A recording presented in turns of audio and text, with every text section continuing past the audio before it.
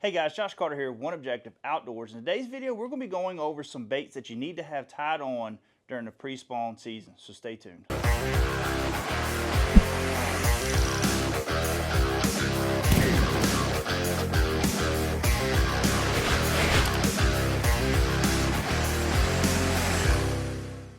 Alright guys, like I said at the beginning of this video, we're going to be going over baits that are a must-have when you're going after these pre-spawn bass. Now, most parts of the country, I'm going to say at least on the eastern side of the United States and down south, all that, we're all in some places are down south already spawned, but here in Virginia, Tennessee, North Carolina, all these areas here, the bass are in that pre-spawn stage. Now, the water temperatures are starting to come up.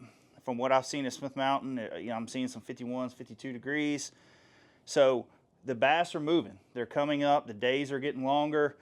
They know what they need to do. We all know what they're going to the bank for. So they're going to start feeding up. They've been feeding up for a while, but they're going to start feeding up even more, getting ready for the spawn. So there's several different baits that I like to have tied on, and this is also a time of the year where it's kind of like junk fishing. I mean, I seem to have a lot more rods on the front deck of my boat this time of the year than any other time of the year. Well, maybe in the fall too, because I'll kind of throw a little bit of everything there. But in the spring, there's finesse, there's reaction baits, there's big jigs, there's all kinds of different things. So we're going to kind of go ahead and just dive into this, and I'm going to show you guys, for the most part, the baits that I have tied on. All right, guys, like I said, this is the time of year that you're going to have a plethora of baits tied on. I mean, anywhere from jigs to wacky rigs to chatterbaits to jerk baits, crank baits, a little bit of everything. So we're gonna kind of dive in to these baits here and show you when I throw them. All right, guys. So the first two baits that I'm going to start with this time of the year is going to be a crankbait and a jerk bait. I mean, it's really hard to beat these two. You can kind of give it the 1-2 punch if you want. When it comes to working down the banks, throwing a crankbait and just beating it off the rocks and off of some laydowns and all that stuff, and then you can kind of switch to the jerk bait. You can still work it up on the rocks, but I like it like on laydowns, especially real shallow laydowns. I like to work the edges with the jerk bait, and also if I'm coming up on docks, you can work the all around the docks really well. But you can also throw these up under there. If the lake is low enough, you can get some crankbaits way up under there. Just depends on how your lake is and the water conditions. But I like a bright color in the spring. This is like a pig pen color. I like a table rock color. This is the table rock from Lucky Craft. I like the one from the Berkeley Stunner series. I also like shad colors when I'm throwing jerk baits. Now some of your table rocks are a little brighter than others depending on the manufacturer that you use. I mean, it's really hard to beat a bright color, and something else that I like is having some kind of orange on the belly, or like this has got a little bit of pink. I like to have something different on the belly of my baits during the springtime. So these are baits that I'm definitely going to go to. I'm always going to have tied on, and they're going to be on the deck of my boat. All right, the next two baits I'm going to have on the deck here are going to be a spinnerbait and a chatterbait. Now, colors will change. I'm not going to get too much in color because right now is the time of year where the water can be really dirty, or it can be stained, and certain parts of the lake can be super clear. So a lot of the color choice is going to determine the color, color your water. So, but starting out when you got that 48, 49 on up to 52, 53, well, I need to work the spinnerbait a little bit slower. I got a little bit of color in the water because spring rains and all that stuff. The creeks are getting a little dirtier. I'm going to go something with a Colorado blade. Whether it's got a red blade on it, a chrome blade, a brass or a bronze blade, whatever, copper blade, it don't really matter to me on that. Certain times of the year or certain weather conditions, I do like to have that copper blade. But when it comes to colors, there's basically three kind of colors I use this time of the year. One's going to be chartreuse and white, one's going to be white, and then the other one's going to be more like a mouse color, something similar to this, a little bit darker. They're the only three colors that I really throw this time of year. I don't get crazy with all these other different colors. That's about all I throw. So, but I'll use that mouse color more like when the water's clear. And then I normally have two spinnerbaits tied on this time of year. I'll have that, so if I'm in the backs of the creeks, it gets muddy, and I work my way out and it starts getting a little clearer, I can go down to a finesse style like a Z-Man, and it's a double willow leaf. and I can get up there and get on the bank and work it real fast, because you're going to have a lot of fish that are going to pull up and they're going to start cruising. They're going to be feeding up and all that stuff, and they're going to get kind of funky closer to the spawn as they get, because they're going to be, you know, they're going to be ready to do the deed, so they're going to be lockjaw. They're not going to want to be eating as much, and we're going to have to change up here, and you know, we'll show you guys some other baits, but we got something for that. So but when it comes to the chatterbaits, I love throwing a chatterbait all the way to about 55, 56, 57 degrees, something like that.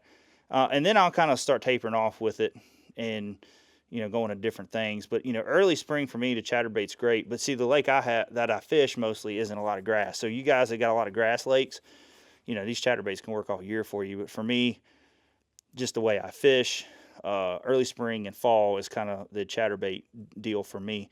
And I only keep it in two basic colors. This, you know, like a shad color, and then chartreuse in white. And then I'll have like a chartreuse trailer, or I'll have a shad like trailer. I keep it very simple when it comes to chatterbaits and spinnerbaits.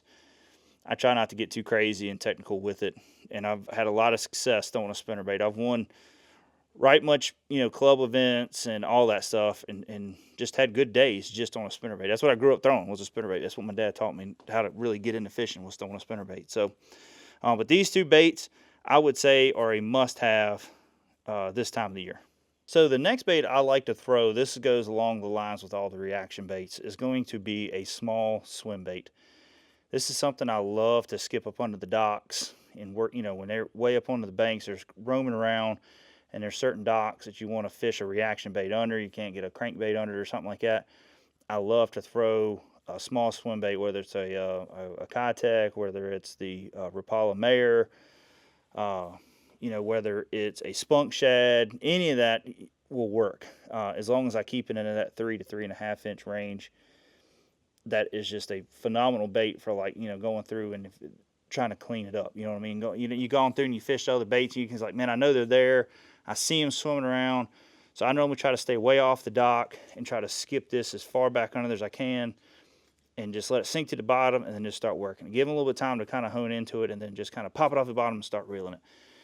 It's just, that's been a great bait for me this time of the year. I don't catch a lot of big fish. I mean, I have caught some big fish, but it seems more of like the numbers bite for me. So, like, you know, if you're looking to try to get a bite, you know, you're trying to finish out a limit or something, a lot of times that right there will really help you finish that out and get you a 14-inch limit or something. You know, sometimes that one extra fish goes a long ways when you're, you know, one shy of a bag there. So, but that's another bait that's worth having tied on there. And like I say, I just throw this kind of on a spinning rod and reel, light line, about 8 to 10 pound test. 10 is about as high as I go, mainly 8. And I'll just skip that thing way up under there in the back of some creeks, and they love it. All right, guys, so for the last 3 baits that I like to have tied on, these are some must-haves this time of the year, because the bass can get finicky. We can have major cold front to come in, bluebird sky days. The bite can get really, really tough. And as the sun comes up through the day, sometimes they'll pull tighter and tighter to under them docks, get in the shade, or up under a tree, or any of that stuff. So sometimes the bite can get really tough. And on clear water lakes too as well, if you see them up there cruising around, a lot of times if you see them cruising, depending on how clear the lake is, if it's kind of stained and you're up there and you see them cruising, they're already spooked. So sometimes they can be a little difficult to catch when they're up there like that. So long cast, trying to stay off the bank a little bit if you can, and working these areas can be key this time of the year with not spooking the fish. So, and another thing I do too when they're up there, like, I don't like having all my graphs on. You know, I don't. It's the same thing I do at nighttime when they're during the shad spawn. I like cutting my graphs off and just having everything as quiet as I can possibly get it. So I'm not spooking these fish that much. So, but the other baits I got here, as you can see, is a Cinco style bait on like a flick shake head. That just seems to do really well. And sometimes if I need a slower fall, I'll take off that flick shake and just use a regular hook.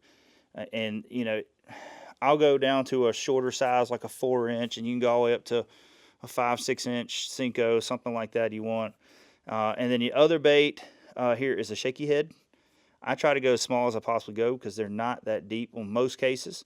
So a 1/16 to an 1/8 I'll throw. Now if they're really down there deep, I'll go a little bit bigger. Most time I don't go much over an 1/8 anyways on a shaky head. It's just, not unless it's summertime and I'm fishing way off points and ledges, will I go to a heavier head or a current. So But these two baits here are great little follow-up baits. If you see them cruising around, you can make a long cast to them. Maybe try to, if you see them cruising away from you, you can try to cast way ahead and you know, intercept them that way. Don't try to put these baits on top of them as soon as you see them, because you're just going to do nothing but spook them off. So you want to be way ahead and putting that in there and trying to, you know, get them to react and hopefully not see you when you're doing it. So the other thing I like to throw too is a jig. This is really hard to beat this time of the year. You can get them in a, you know, regular crawl color or perch color. This is actually Ike's Secret, the Ike Mini Flip. This is a color that seems to do pretty well for me here in the last, I'm gonna say, year or so. Yeah, or I'll do this or just like a regular green pumpkin, and just a regular crawl color. I don't keep it too difficult on colors. Black and blue, if the water's muddy, I'll throw black and blue. But this is a bait that I always keep on deck all year long anyways. And especially, like say, when the water starts to rise and it's getting in the trees and all that, depending on the lake that you're on, a black and blue is hard to beat as well, because like say, you're going to get that darker water. It's going to get muddier and all that. But when the sun comes up and they really pull tight to cover, it's hard to beat a jig. You just got to slow down and know that, you know, some days you're not going to get many bites, but the bites you could get are going to be really big and game changer for, you know, anywhere in that 2, 3, 4, even bigger pound range of fish that you need to, you know, close out a big bag. So if the bite's getting tough and you're like, man, I need one more big one, you need to pick that jig up and start throwing it around. And I guarantee you, you might be able to swing on a couple. I'm not saying you can connect every time. You know, setup is a big deal, and we can get into that. We actually have other videos about a jig setup on that, so you can check that out as well. But these are the last 3 baits that I'm going to say there's a must-have to tie on during this time of year. I know it's a lot of different baits, and some guys might not have many rods at a time on, so make sure you have some universal rods to be able to do that with, to make changes and stuff. All right, guys, well, that's my main baits that I'm going to have tied on this time of the year, looking for those pre-spawn fish, the ones that are up there cruising around, roaming around, the ones that are kind of set off getting ready to come up there and cruise around. Because you got to think, during the spawn, there's 3 different phases, and you got to understand that to really get out here and hone in on fish. There's the pre-spawn, the spawn, and post-spawn. But not all fish do those at the same time. So you're going to have the first wave of fish that's going to pull up and spawn.